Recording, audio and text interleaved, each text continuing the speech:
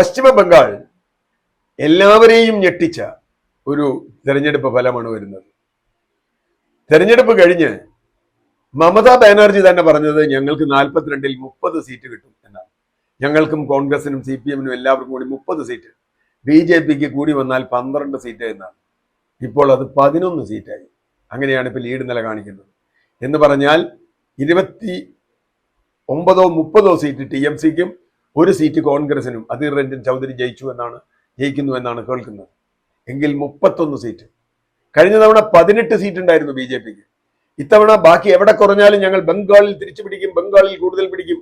എല്ലാവരും പറഞ്ഞിരുന്നു ബംഗാളിൽ ഒരാൾ പോലും, ഒരു എക്സിറ്റ് പോൾകാരൻ പോലും ബംഗാളിൽ മമതാ ബാനർജിക്ക് 22 സീറ്റിൽ കൂടുതൽ കിട്ടുമെന്ന് പറഞ്ഞു. 22 കഴിഞ്ഞ തവണ കിട്ടിയ സീറ്റാണ്. മാത്രവുമല്ല ഇത്തവണ കോൺഗ്രസും CPM-ഉം സഖ്യമായി അവിടെ മത്സരിക്കുന്നു. അതുകൊണ്ട് തന്നെ മതന്യൂനപക്ഷ വോട്ടുകൾ ഭിന്നിച്ചു പോകും, അത് BJP-ക്ക് ഗുണകരമാകും എന്നൊരു വാർത്തയുണ്ടായിരുന്നു.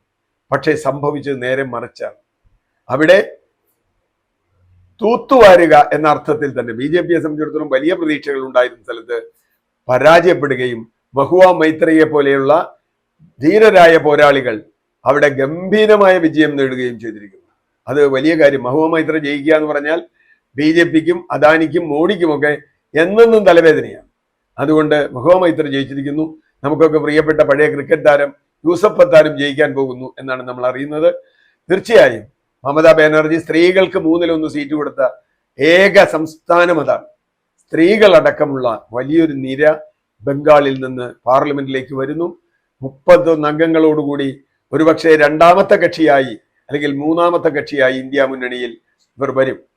അതോടൊപ്പം തന്നെ നമുക്ക് കാണേണ്ട ധീരമായ ഒരു പോരാട്ടം നടത്തിയ സംസ്ഥാനം തമിഴ്നാടാണ്. തമിഴ്നാട്ടിൽ എങ്ങനെയും 10 സീറ്റ് പിടിക്കും എന്നാണ് പലരും പ്രവചിച്ചത്. 5 സീറ്റ് വരെ പറഞ്ഞു. അണ്ണാമല ജയിക്കുമെന്ന് പറഞ്ഞു. ഒരു മലയും അവിടെ ജയിച്ചില്ല. തമിഴ്നാട്ടിൽ ഇപ്പോൾ റിപ്പോർട്ട് കിട്ടുമ്പോൾ NDA-ക്ക് 1 സീറ്റ് പോലുമില്ല. 1 സീറ്റ് പോലുമില്ല. ആകെ 39 സീറ്റിൽ 37, 36, 1, 2 എന്നാണ് ഞാൻ കേട്ടത്. 36 DMK മുന്നണിക്കും, 1 സീറ്റ് ഏതോ ഒറ്റയ്ക്ക് നിന്ന് ഏതോ ഒരാൾക്ക് കിട്ടിയിട്ടുണ്ട്. 2 സീറ്റ് ADMK-ക്ക് കിട്ടിയിട്ടുണ്ട് എന്ന് പറഞ്ഞാൽ, അതുപോലെ പോണ്ടിച്ചേരി സീറ്റും കോൺഗ്രസ് നേടിയിട്ടുണ്ട്, ഇന്ത്യ മുന്നണി നേടിയിട്ടുണ്ട്.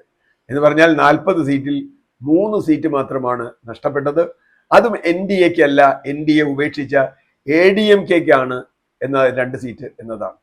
ഒപ്പം കേരളത്തിൽ ഒരു തൃശ്ശൂർ എന്ന തെറ്റൊഴിച്ചാൽ കേരളവും വളരെ കൃത്യമായി BJP-ക്കെതിരായ വിധിയാണ് എഴുതിയിട്ടുള്ളത്. പക്ഷേ തൃശ്ശൂർ ഒരു നാണക്കേടാണ്, അത് മാറ്റിയെടുക്കണം. തൃശ്ശൂർ ഒഴിച്ചാൽ സൗത്ത് ഇന്ത്യയിൽ കേരളവും തമിഴ്നാടും പോലെ ഇപ്പോൾ ഏറ്റവും ഒടുവിൽ ബംഗാളും BJP-യെ പ്രതിരോധിച്ചിരിക്കുന്നു എന്നാണ് കാണുന്നത്.